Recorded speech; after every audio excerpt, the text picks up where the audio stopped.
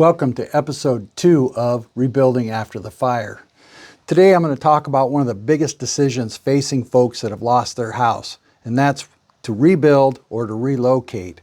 Everybody's situation is going to vary. I put together a checklist of considerations. We'll start first with insurance. The question will be first is, how much insurance do you have? How much will it cost to rebuild? And that difference between the insured amount and the rebuilding cost is the gap. Let's talk about rebuilding. I've checked around, and the prices for rebuilding vary between $1,000 and as high as $1,800. To determine the cost of rebuilding, we look at a cost per square foot. I'm just going to pick $1,250 per square foot rebuilding cost. So if you had a 2,500 square foot structure, that cost to rebuild would be $3.25 million. In the event that you were insured for $2 million, the gap would be $1.25 million. Now, if you don't have that money readily available, can you secure that money? In the event that you have a gap that you can't finance, then you're looking at relocation. Next, you have to look at how long is it going to take me to rebuild, because that's going to affect your decision whether to rebuild or relocate. If you listen to the folks issuing the permits, they're going to have you believe that you're under an expedited process and that these places will get built quickly. Today is May 25th. Let's take a look at what the newspaper said this week. This was May 21st, LA Times. In a milestone, LA approves the first permits for rebuilding homes after the Palisades fire. The article goes on to say, the city of Los Angeles has approved permits to rebuild 3 homes in Pacific Palisades. So in 5 months, they've issued 3 permits. Next it says, as of last week, 72 property owners had submitted applications to the city. There's 72 applications, and yet there were over 4,500 homes burnt just within the footprint. So we're not even near 10% of the applications. As I mentioned in the first video, I'm familiar with Pacific Palisades and Malibu. In fact, I'm one of the first teams to get a permit within the fire footprint. So let's talk about what permitting is going to really look like. Realistically, I think most people are looking at 2 to 3 years to build out. There will be exceptions. Now, if you had your dream home built on your lot next week, it would look like Laura Ingalls' little house on the prairie. There's nothing else around. And so you're going to have construction workers up and down the street. And speaking of the streets, when I've been up there, there's dump trucks. There's what they call lowboys hauling in equipment. So the streets are going to be like driving across the Rubicon.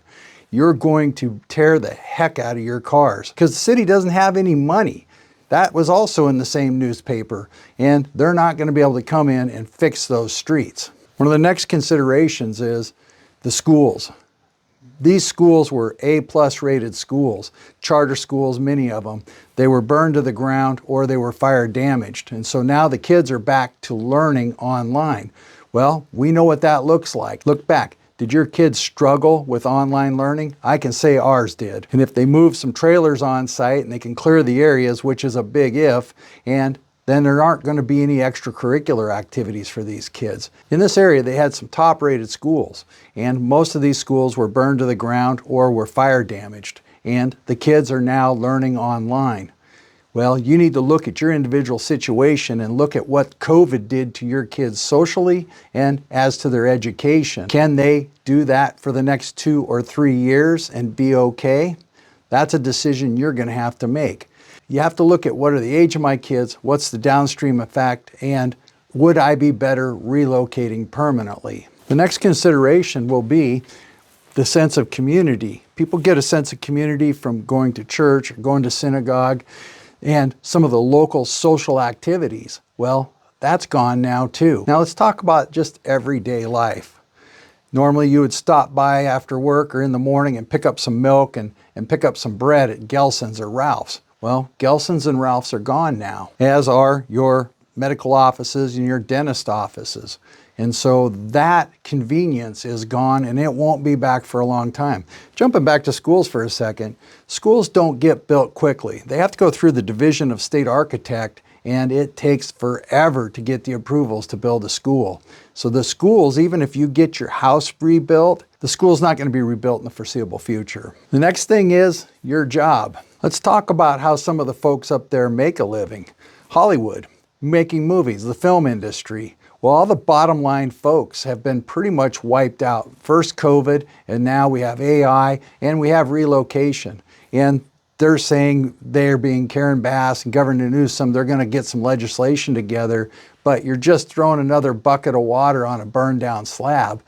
The people on the bottom line have relocated. Now they're in Georgia, or they're in New Mexico, or they're in Tennessee. That movie industry is gone. And so why are you staying? And so you have to look at each individual source of income and how do you make your money? Can you make that money somewhere else? Or if you have to change professions, which is some of the folks I've talked to in the area, they've understand that the movie industry is not coming back and they have to change professions. Well, if you're starting over, maybe you want to start over somewhere else. California isn't what it was when you came here 30 years ago, 35 years ago, 25 years ago.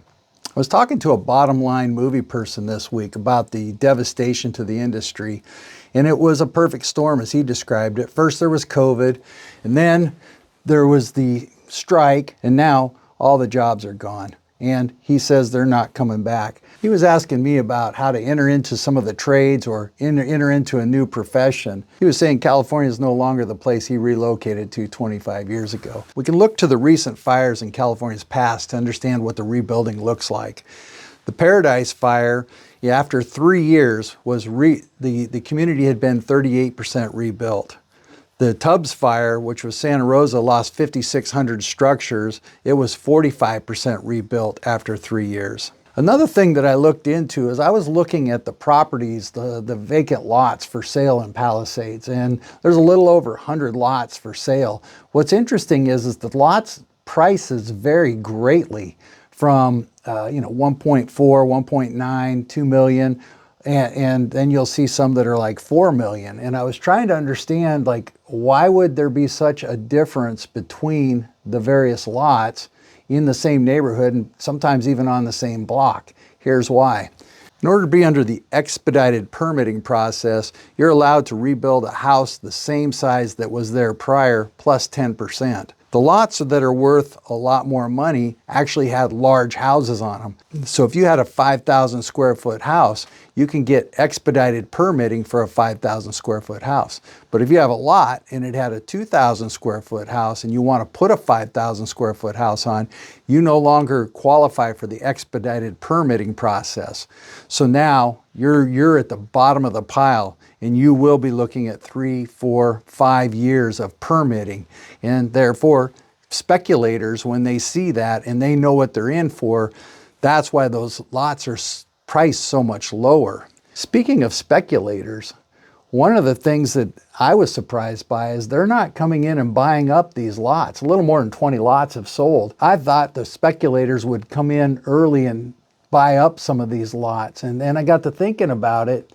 They're looking at 2, 3, 4, 5 years of building, and at a cost of $1,000 to $1,800 per square foot. I don't think the numbers pencil out. Who can sit on that kind of cost for an extended period of time? And we have various things outside of Los Angeles affecting the markets today. So I think the speculators are reluctant unless you're going to give it away. If your plan includes relying on somebody from the government to help you, then you're wasting time and you're sitting on your hands because they can't help you and they won't help you. And if you accept that, you're better off. You say, well, why so cynical? Well, let me tell you why. We have homelessness. We've had homeless problems for 20 years. Karen Bass came in 2.5 years ago and she declared an emergency to help the homeless, and the homeless has escalated. They committed $24 billion to help the homeless. The money's gone, the homelessness has escalated. And as a matter of fact, they don't even have an accounting of that money. Go back to COVID and go back to the unemployment. California lost about $38 billion in fraud. Then let's look at infrastructure. The 405, the Carmageddon, that was a $220 billion project that ended up costing $450 billion. And so on and so, or don't forget the high-speed rail, a 520-mile project that was supposed to be done in 2020. Now it's a 100-mile project, and it's not going to be done for another 10 or 15 years, if ever. And there will always be reasons and excuses, but the bottom line is they're not going to be here to help you. And that needs to be part of your decision-making process. You have to understand, they have a different existence than we do. Their very existence is hinging upon you listening and believing in these things. And before you chalk this off as being overly cynical or anti-government, I can assure you I'm not either. I want to tell you that it wasn't always like this. In the first years of the interstate highway system, they built 21,000 miles of highway. And we can't build 100 miles of high-speed rail in that same period of time, plus 5 years. The point isn't just to needlessly hack on the government. Governor Newsom is my governor. Karen Bass is your mayor. These are not serious people in comparison to George Marshall or Eisenhower or any of the great structures that we used to be able to build here in California, whether it be the Golden Gate Bridge or the dams that we're tearing out now. We're able to allocate the money and the money gets stolen. We don't build anything anymore. And so, in closing, do not rely on the government as part of what your plan is. Lastly, I want to assure you, you're going to be okay.